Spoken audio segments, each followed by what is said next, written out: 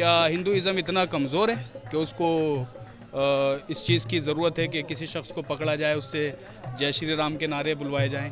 इतना कमज़ोर है हिंदुइज़्म? नहीं, आई थिंक नहीं। जो लोग कर रहे हैं, जो लोग कर रहे हैं वो मेरा ख्याल है वो सनातन धर्म को जानते नहीं, उनकी स्टडी नहीं है, इलिटरेसी है, जहालत है। अगरचे हम हिंदू हैं, अगरचे हम मुस्लिम हैं, अगरचे हम सिख हैं, किसी भी धर्म से, तो हमें उनको बेसिकली पढ़ना चाहिए कि मसाजिद को इशारा बनाया जा रहा है हुकूमत की तरफ से, है ना, और कुछ इस तरह के एक्टिविटीज़ क्रिएट की जाती हैं। इससे ना देश की छवि ख़राब होती है ऑल ओवर वर्ल्ड, है ना, और देश का सुकून तो पामाल होता ही है। और बहुत मसाइल हैं यार करने के लिए, हुकूमत को करने चाहिए, जॉब देनी चाहिए और एजुकेशन के रास्ते पर जो जरूरी है उस पर ध्यान देने चाहिए, उन पर ध्यान देना चाहिए। हजरत निजामुद्दीन दरगाह में इस वक्त मौजूद हैं और देखिए ये दरगाह शरीफ में लोग भरे पड़े हैं और यहाँ पर सभी धर्म के लोग आते हैं। अपने दिनों जितने भी इबादत गाह हैं, दरगाह शरीफ है, तमाम चीज़ें जो है निशाने पर है। अजमेर शरीफ दरगाह को लेकर मामला आया है। यहाँ भी लोगों से जानेंगे कि लोग कहाँ कहाँ से आते हैं। क्या नाम हुआ भाई जान आपका?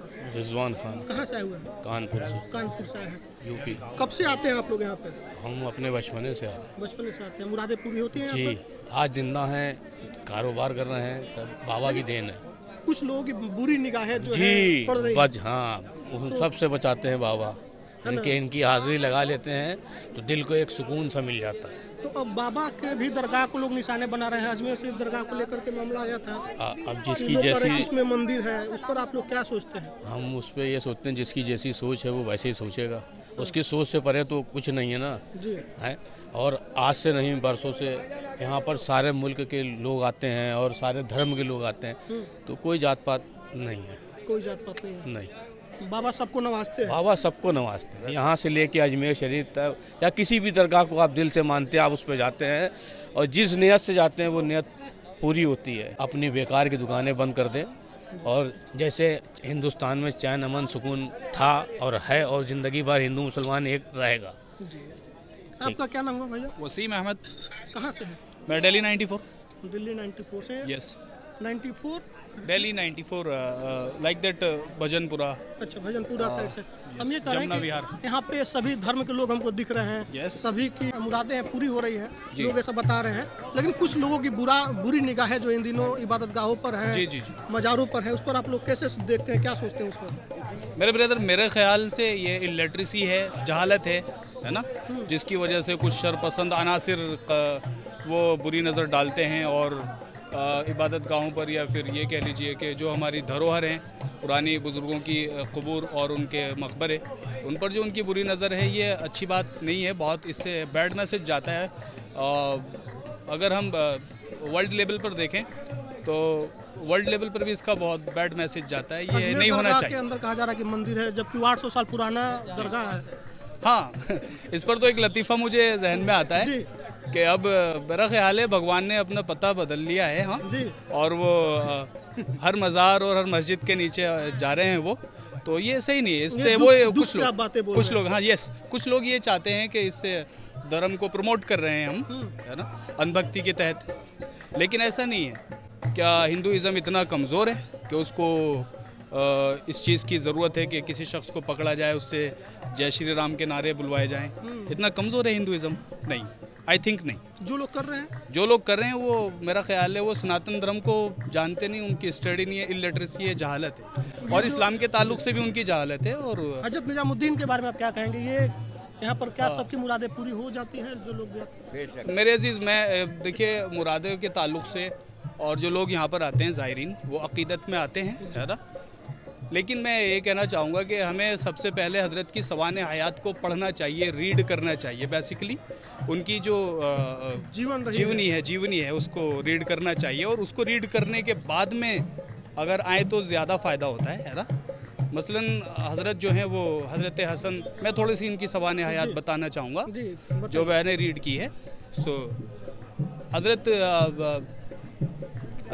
का ख़ानदान जो है मुग़लों के दौर में रिक्वायरमेंट ये थी मुग़ल बादशाहों की तरफ से कि उस वक्त इस्लाम का जो मरकज़ था वो बुखारा में, समरकंद में था, है ना।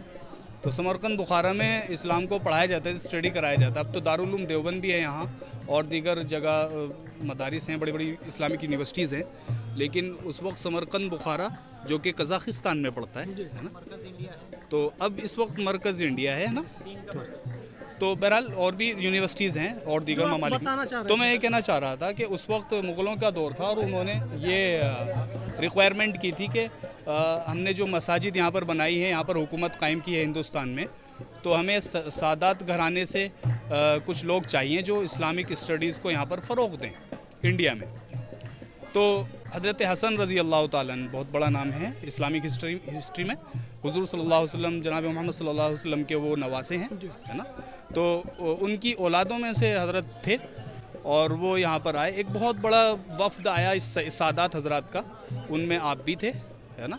आपकी वालदा थी एक्चुअली, तो आप यतीम थे और आपकी वालदा ने सैयदानी ने आपकी तालीम बहुत ज़्यादा मशक्क़तों में रह कर के पूरी कराई और आपको समरकंद बुखारा तालीम के लिए भेजा, है ना। वहाँ से आप तालीम की फ़रागत करके आए और यहाँ पर दीन की तबलीग का काम किया, है ना। तो वो जो दौर था वो बहुत ऐसा दौर था कि उन्होंने बहुत मशक्क़तों में रह कर के अपने बच्चों की तालीम को फ़रोग़ दिया, है ना। आपके शौहर नहीं थे, इंतकाल कर गए थे आपकी विलादत से 6 महीने पहले, आपके पैदा होने से 6 महीने पहले। तो सैयदानी यहीं कहीं रहती थी, इसी एरिया में बस्ती में सादात हज़रात थे, सादात हज़रात यहाँ पर थे और आप भी यहीं पर थी, आपकी वालदा। तो जनाब सैयदानी ने आप अपने बच्चे की तरबियत बड़ी गुर्बत में रह कर के की और तालीम दिलाई। तो वो हमें पढ़ना चाहिए, वो उसको रीड करना चाहिए। अगरचे हम हिंदू हैं, अगरचे हम मुस्लिम हैं, अगरचे हम सिख हैं किसी भी धर्म से, तो हमें उनको बेसिकली पढ़ना चाहिए। तो उस वक्त हालात ये थे कि आप चरखा चलाती थी और सूत काटती थी, उसमें आपको जो मजदूरी मिलती थी वो 2 रोटी या 3 रोटी उससे ख़रीदी जा सकती थी और कभी वो मजदूरी भी नहीं मिलती थी, तो आपको फाके करने पड़ते थे। ऐसे फ़ाक़ा कशी में गुर्बत में रह कर के अपने बच्चों को पढ़ाना, उसको तालीम के लिए कज़ाकिस्तान भेजना, फिर वहाँ से तालीम पूरी करके यहाँ पर आना, ये बड़ा मुश्किलों भरा सफ़र था। उसको हमें रीड करना चाहिए, उसको हमें पढ़ना चाहिए और फिर उसके बाद यहाँ आना चाहिए, है ना। लेकिन ज़्यादातर मजमा ऐसा है कि जो उनकी सवाने हयात से बेखबर है ना, उनकी जीवनी से बेखबर है। सो जो पढ़ लेते हैं वो गैर मुस्लिम भी अगरचे हों, हिंदू भी हों, देखिए ईमान सब में है ना। तो वो पढ़ते हैं तो फिर उनको अकीदत हो जाती है, तो वो आते हैं। लोगों को इससे चिढ़ होती है कि भाई आप कहना चाह रहे हैं कि जो लोग भी आ रहे हैं हजरत की जीवनी को पढ़ना चाहिए या फिर किस तरीके से इस्लाम को बढ़ाया, किस गुर्बत में उनकी परवरिश हुई, मैं उनके लिए कहना इंसानियत समझ में आएगी जी। मैं उनके लिए कहना चाहूँगा जो बेचारे उनकी सवाने हयात नहीं जानते और सिर्फ कव्वाली सुनने या फूल चढ़ाने आ जाते हैं या मन्नतें मांगने आ जाते हैं, है ना, वो अगर पढ़ के आएंगे तो ज़्यादा फैज़ होगा हजरत का। हजरत अभी भी उनकी क़ब्र से फैज़ जारी है ना। तो वो उनकी मन्नतें भी पूरी होती हैं, लेकिन जब पढ़ के आएंगे उनके ताल्लुक़ से दुआ करेंगे।